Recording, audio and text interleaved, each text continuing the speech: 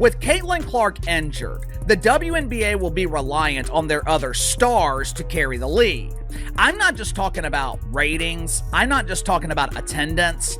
The WNBA will be reliant on their other stars to maintain the interest of the mainstream. With Angel Reese being the only player with mainstream name recognition, most of the pressure, it is going to be on her to perform.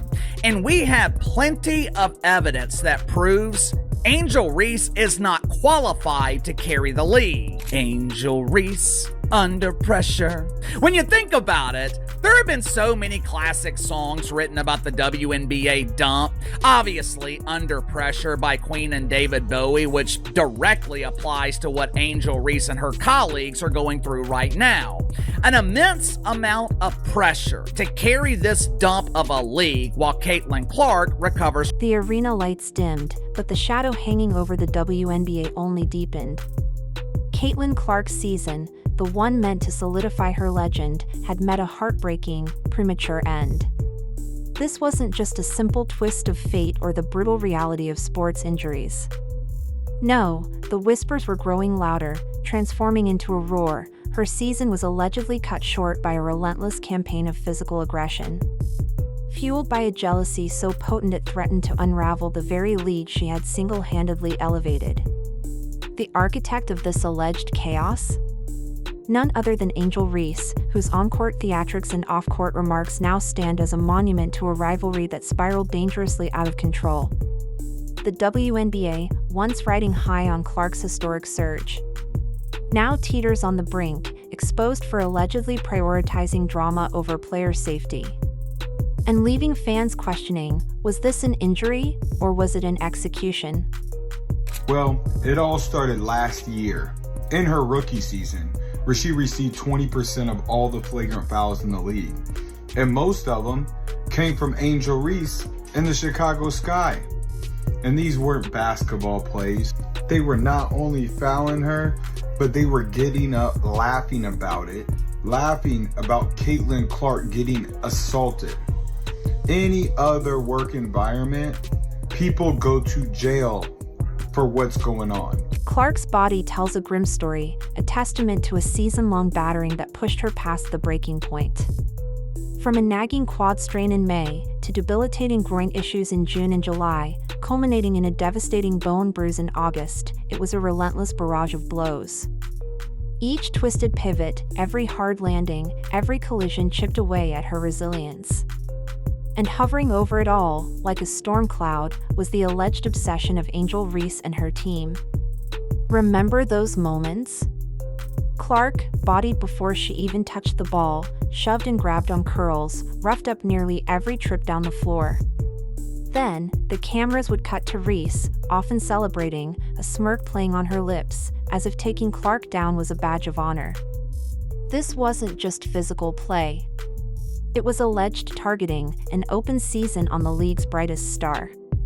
The statistics alone paint a chilling picture. Clark received a staggering 20% of all flagrant fouls in the league during her rookie year, many originating from Reese's Chicago Sky. These weren't just aggressive basketball plays.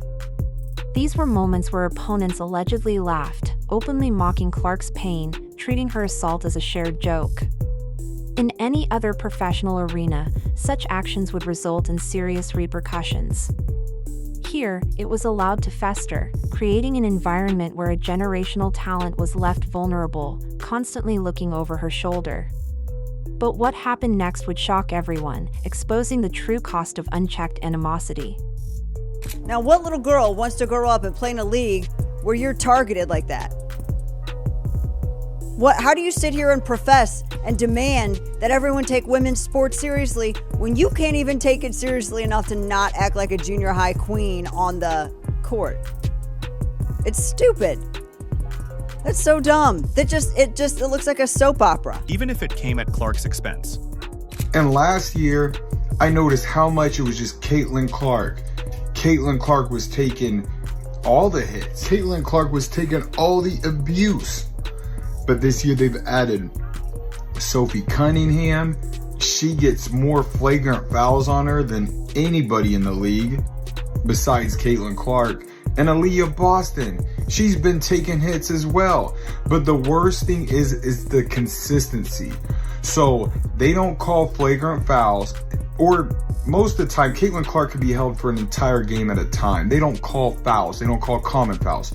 You spend all this time trying to get respect for your league, and then you do bitch stuff. The only B's out there I see are the B's that are being dramatic about Caitlin Clark. That's all I see. They try so long to get respect for women's basketball, and then they treat it like a junior high school girl's locker room. Junior high school girl antics on the court. Instead of playing the game, they got to be drama because they're jealous. Instead of letting their skills speak for themselves, they got to be drama because they're jealous. The painful irony of it all is suffocating. The very player who had single-handedly dragged the WNBA into an unprecedented era of record-breaking viewership, selling out arenas from Dallas to New York, was left to fend for herself. The league, basking in the glory of newfound relevance and millions in broadcast deals, seemingly turned a blind eye.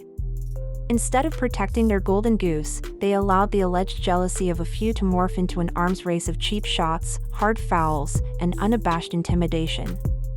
For Clark, this meant a continuous cycle of brutal collisions, twisted movements, and uncontrolled landings that directly contributed to her cascade of injuries. Imagine a young girl watching this spectacle unfold, dreaming of playing in this league. What message does it send when the most celebrated player is openly targeted, roughed up, and then laughed at? It screams that the WNBA, despite its demands for respect, couldn't even take itself seriously enough to prevent what looked like a junior high school drama playing out on a professional court. This wasn't merely frustrating. It was a fundamental betrayal of the game itself, a slow-motion car crash that everyone saw coming, yet no one stopped. And the consequences for the league would prove catastrophic. I mean, it's a gut punch that basically encompasses an entire season of them. The Fever have lost so many players to injury, but obviously none bigger than Clark. And there was such a wait for this second season after her magnificent rookie season. And then, the anticipation of her possibly coming back, only for that not to happen, takes a lot of air out of the room, obviously takes a lot of energy out of the fans, and is a devastating blow for not just the Fever and the WNBA. Clark, a two-time All-Star and the 2024 WNBA Rookie of the Year, has been sidelined suffering a right groin injury during the Fever's 87-77 win over the Connecticut Sun on July 15th. If you guys remember that game, Caitlin Clark put the team on her back in the winding minutes to give the Indiana Fever that lead. Clark also suffered a bone bruise at a later date during her recovery process. Then came Angel Reese's calculated response, or rather, her shocking non-response. The moment Clark's season-ending announcement reverberated through the sports world, fans expected empathy, respect, or at least a modicum of sportsmanship. Instead, Reese allegedly used the devastating news as another platform to elevate herself, her words ringing hollow, devoid of any genuine concern. I'll look back in 20 years and be like, yeah. The reason why we're watching women's basketball is not just because of one person, Reese was quoted as saying. Conspicuously refusing to utter Clark's name, then adding, "It's because of me." 2. Her comments didn't sound like support for a fallen competitor. They reeked of thinly veiled jealousy disguised as confidence. Fans immediately turned on her. It was a disconnect that stung. Clark, the player who brought record ratings and packed arenas, was sidelined for months, while Reese chose to pivot back to tired talking points about her own impact. Everyone knew Clark was the reason for the surge in interest. Reese pretending otherwise came off as not just tone-deaf, but bitter and resentful. Caitlin has worked so hard throughout this time, doing everything possible to recover and return to the court, but ultimately, time is not on our side, said Indiana Fever COO and GM Amber Cox.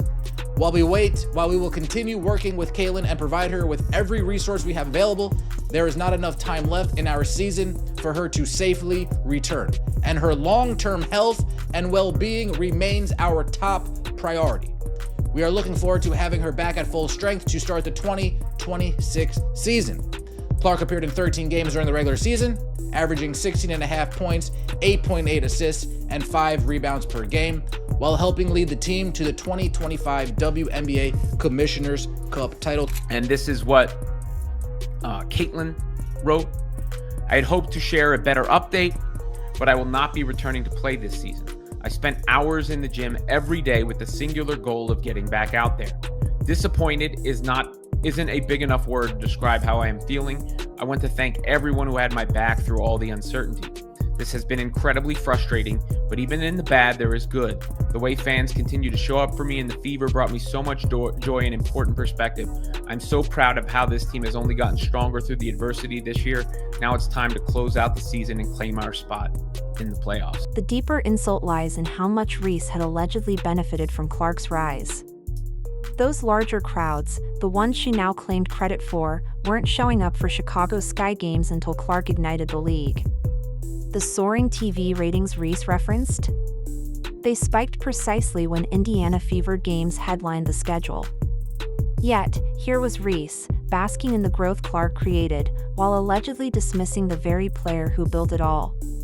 She enjoyed the spotlight without enduring the relentless targeting, the constant shoves, the physical battering that Clark faced every single possession.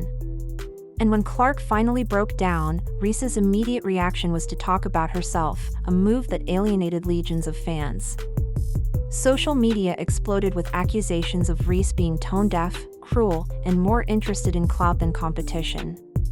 Longtime WNBA supporters voiced their disgust, noting how Reese's fan base allegedly flooded timelines, celebrating Clark's absence as if the league could finally breathe. It was a public relations nightmare for Reese, exposing the simmering envy that many believed had been present since day one. And the numbers, when they finally emerged, my inside sources are telling me that Mama Reese demands free tickets. The Chicago Bravado, they happily oblige because they're also giving away free tickets to the other dozen or so people that show up to the arena.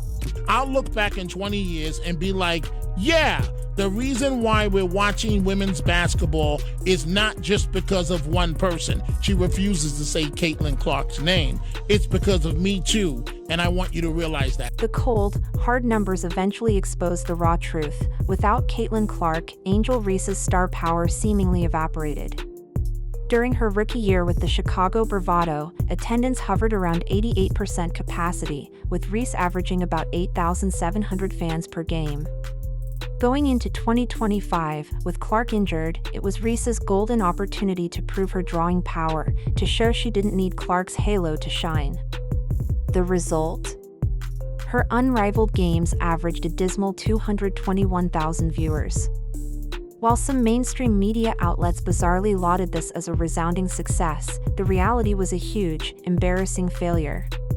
Reese now faces the same stark reality that many second-tier players do. Fans see her as part of the problem, not the solution. Her post-injury comments didn't unify the fan base. They didn't honor the player who single-handedly dragged the league into relevance. Instead, she offered yet another reason for people to see her as jealous, petty, and completely out of touch. Once that perception takes hold, it's a nearly impossible stain to remove. Just look at the fans already organizing boycotts and actively draining playoff attendance in protest.